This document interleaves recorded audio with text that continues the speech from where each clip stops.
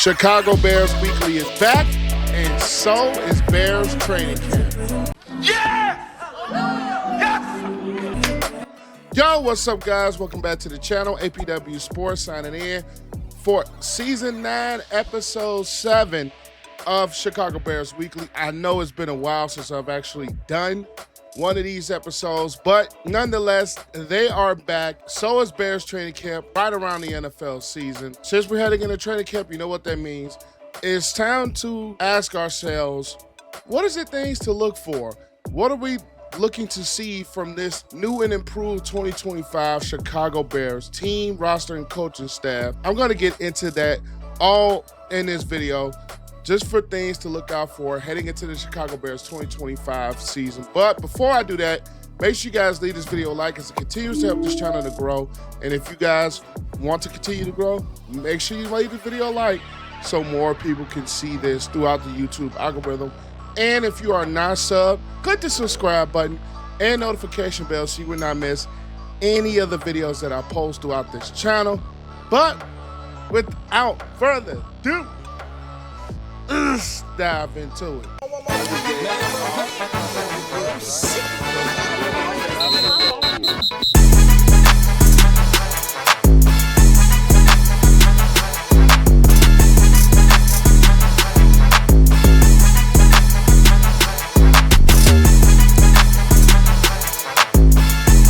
One thing to look forward to or look to see in this Bears season is the improvement of the offensive line. Now, we know the Bears acquired Jonah Jackson from the Rams in the trade. The Bears also acquired Joe Thuney, guard from the Chiefs in the trade, and signed center Drew Dalman in free agency to help improve the interior of the Chicago Bears offensive line. When you still pair them with Darnell Wright, who I still think is a very good player. Then at left tackle, Braxton Jones, who I personally think is the biggest question mark. But when healthy, I think he is a very productive football player. Beefing up the interior of your offensive line, it should, number one, help Caleb Williams stay on his feet and help improve an offensive line that let up the most sacks in 2024 with 68 sacks allowed. I think, number one, that number should go down dramatically with Joe Thuney's ability, Jonah Jackson's ability, and Drew Dalman's ability alone. And then I think the improvement going into year 3 of his career, Darnell Wright and Braxton Jones, who, like I said, is the biggest question mark, but I still think is a very good football player. This offensive line should be much improved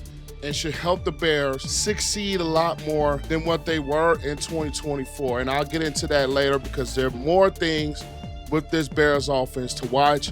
But for me, I am looking to see how, number one, the interior of the offensive line gets continuity with each other and continuity with Ben Johnson going into this season, because I think this was the biggest need for the Bears going into this offseason, and they improved it dramatically with those 3 acquisitions, along with improved play of Jones and Darnell Wright as well. Another thing is, how is this defense going to fare in Dennis Allen's system? Now, the Bears defense are coming off a year where they were middle of the pack in points allowed with 21.8. They were one of the bottom teams in run defense when we're talking about defending the run, with 28th, 136 yards rushing per game allowed. They were in the middle of the pack as a pass defense, ranking 16th, allowing 217 yards a game. One thing that they were good at was in the red zone, which they were second in the league in red zone percentage. They allowed 20 rushing TDs, which ranked 24th. I think that needs to improve. They are tied for 10th in takeaways with 24 takeaways as a defensive unit in 2024. One thing that I am looking for is how this defense is going to improve against the run. Whether you bring in a guy like a Grady Jarrett, you have Andrew Billings, who is coming back healthy after tearing his bicep against the Cardinals last season. You have Gervon Dexter, who really improved in play in the interior of your defense. And you have TJ Edwards. I think Tremaine Edmunds, I think we're going to get a better season out of him now that we're in Dennis Allen's system. We know Jaylon Johnson. We know he's one of the better shutdown corners that we have in the league. Kyler Gordon, who I've always said is going to be an X factor in this defense.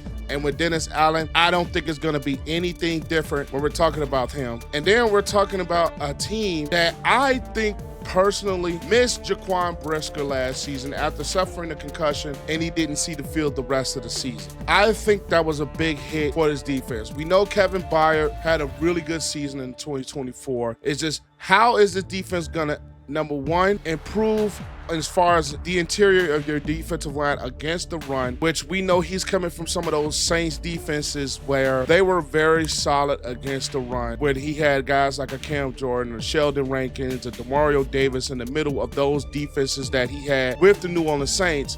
And I think he's going to come in and improve. I think the Bears have a little bit of a better roster, and we're going to add Dayo Odunze, who they added this offseason, and as well as Montez Sweat along the front four. One thing I want to see from this defense, and one thing I want to look out for, is how are they going to be against the run? That is the main thing, because we could not stop the run last season, and I think that was a big contributing factor to the Bears' struggles on that defensive side of the ball. And that, and as well as not being so great on some of those late game situations. We all know the Hail Mary thing. And as well, they were solid as a third down defense.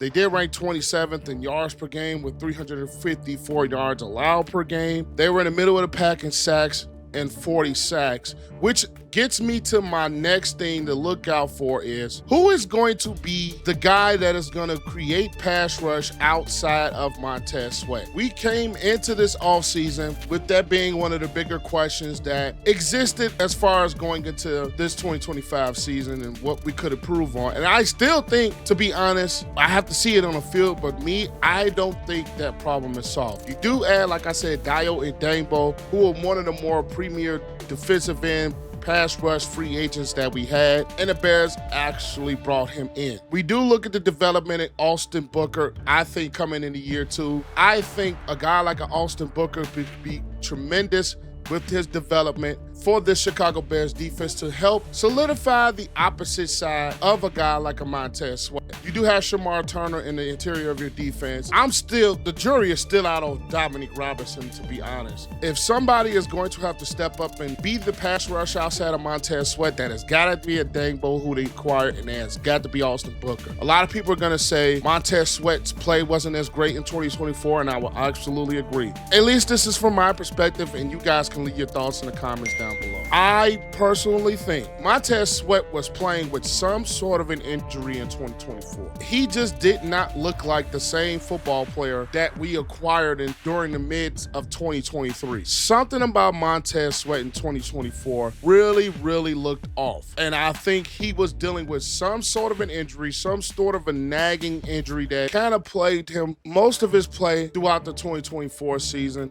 It just did not look like the same player who only ended up with 5.5 sacks in those games. So something was a little off about Sweat. I hope he comes into this offseason healthier. And then I also hope that we solidify that second presence outside of him, whether that's Odunze or whether that's Booker. One of those two players are going to have to step up if this Bears defense wants to be better in 2025. Today's video is brought to you by ExpressVPN. For me, it is very important to have a VPN to protect my online privacy. It'd be very creepy if there was someone out there who kept a log of every single thing that you did online. So why let your internet provider really do that to you online? The best thing to do is to get yourself a VPN, and why not go with the ExpressVPN, the best VPN available. Personally, I like it for the fact that you can unlock Netflix shows that you do not get in the US market.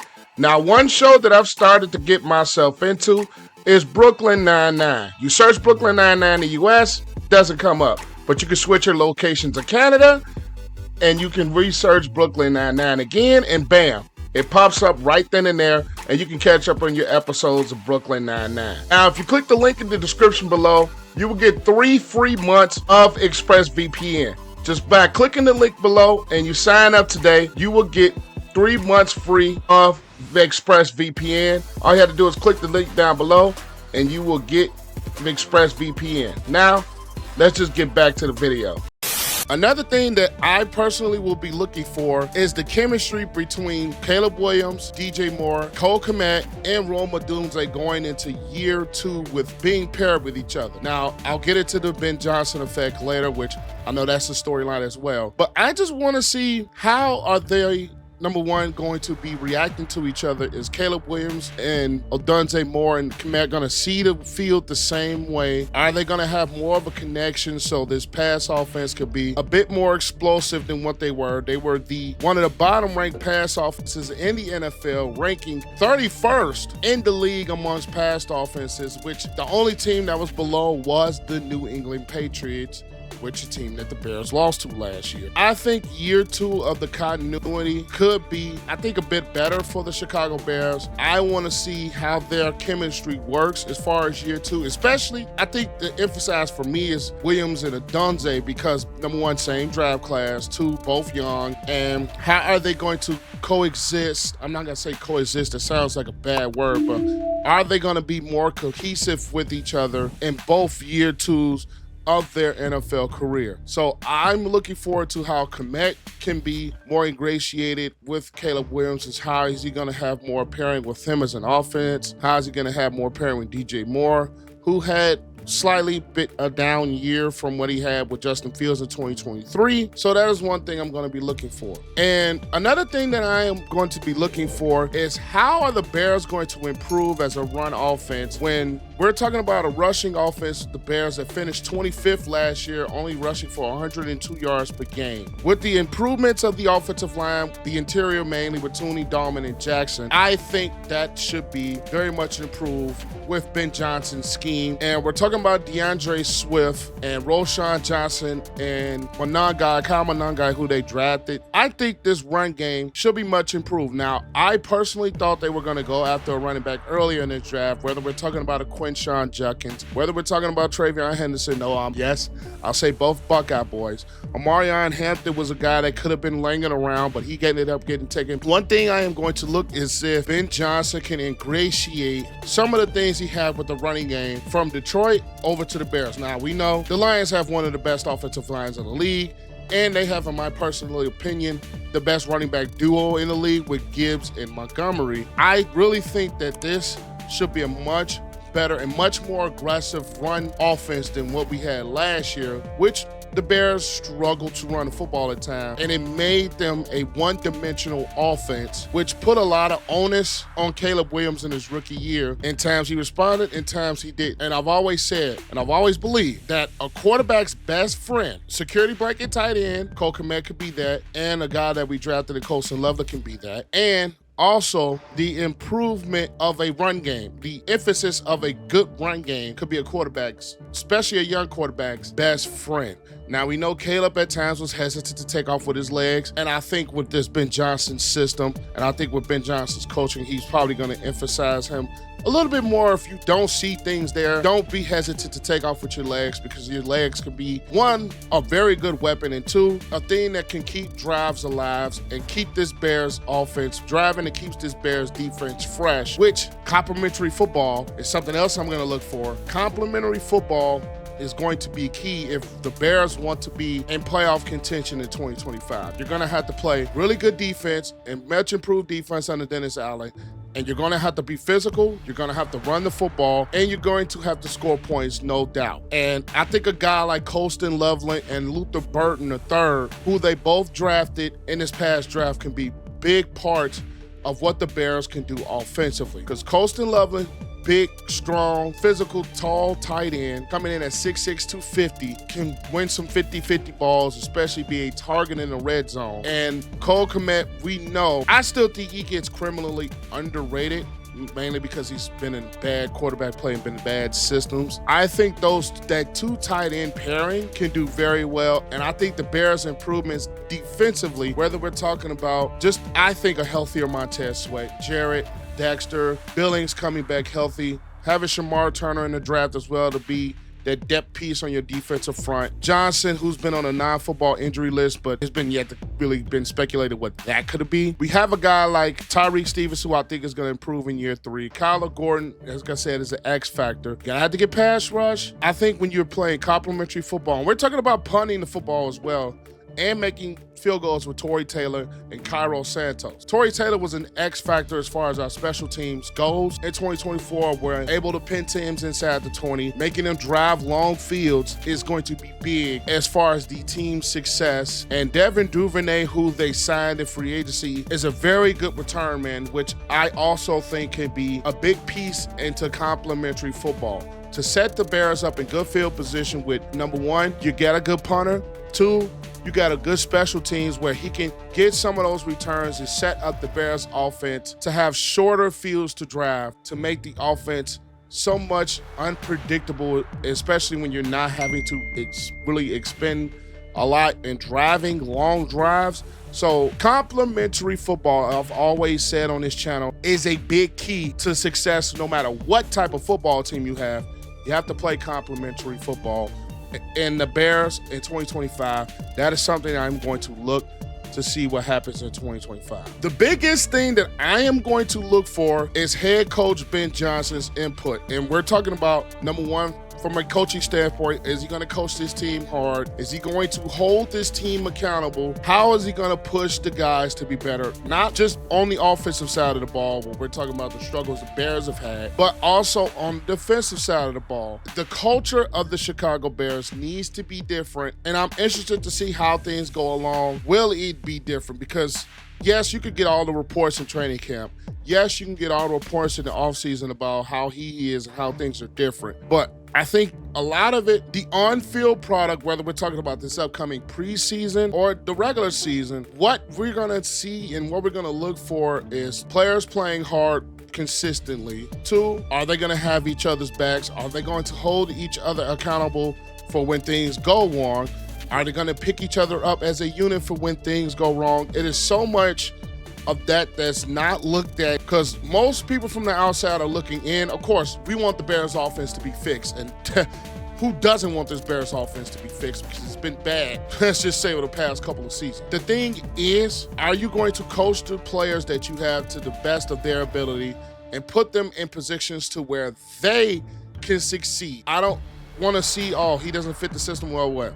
The great coaches take the strengths of their player and use them to benefit the team. Whether it's somebody that's maybe he's a better pass rusher than run defender, you gotta figure that out. Whether it's somebody offensively who plays better inside or receiver that plays better on the inside than the outside, you identify that as a coach and you put him in positions where he's better in the inside. Those are so of the little things that I am looking to see where we're talking about how is Ben Johnson's input going to be in this roster, in this franchise, the locker room. That is the biggest key, because we've seen a dissolution that we had with the Bears in 2024. So brand new coaching staff, Declan Doyle, OC, Dennis Allen, DC, previous head coach experience, and I think that is going to help as well with Ben Johnson developing himself as a head coach, as a first-time head coach for the Chicago Bears. And one of the bigger things, of course, outside of Ben Johnson's coaching, is Caleb Williams' development. Is he going to see the field better? Is he going to make better decisions? Is he going to get out of the pocket quicker when things necessarily aren't there, when the protection maybe necessarily isn't the greatest, or blitz packages are very heavy and you got to get the ball out quick? Is he going to be able to make some of those reads? We know he has the talent and the skill to make some of the throws. It's just, for me, I think playing within a system, playing in a structured system for Caleb Williams, I think is one of the bigger points, or one of the bigger things that I personally am looking for in his development in year 2, because we didn't see a lot of it in year 1 under the offensive coordinator Thomas Brown at points, and it was Shane Waldron. We didn't see a lot of them playing in some type of structure and playing in some type of organization as an offense. And I think with Ben Johnson's, his ability to get the best out of quarterbacks, we've seen what he's done with Jared Goff during his time in Detroit. I want to see Caleb Williams' development from all aspects, whether it's his body language, which we seen was at times bad last year, understandably frustrating, but We want to see that become a better thing for him. We want to see his decision-making become better, his ability to use his legs become better, and as well as his ability to read the defense and maybe do some pre-snap reads and see things before they happen.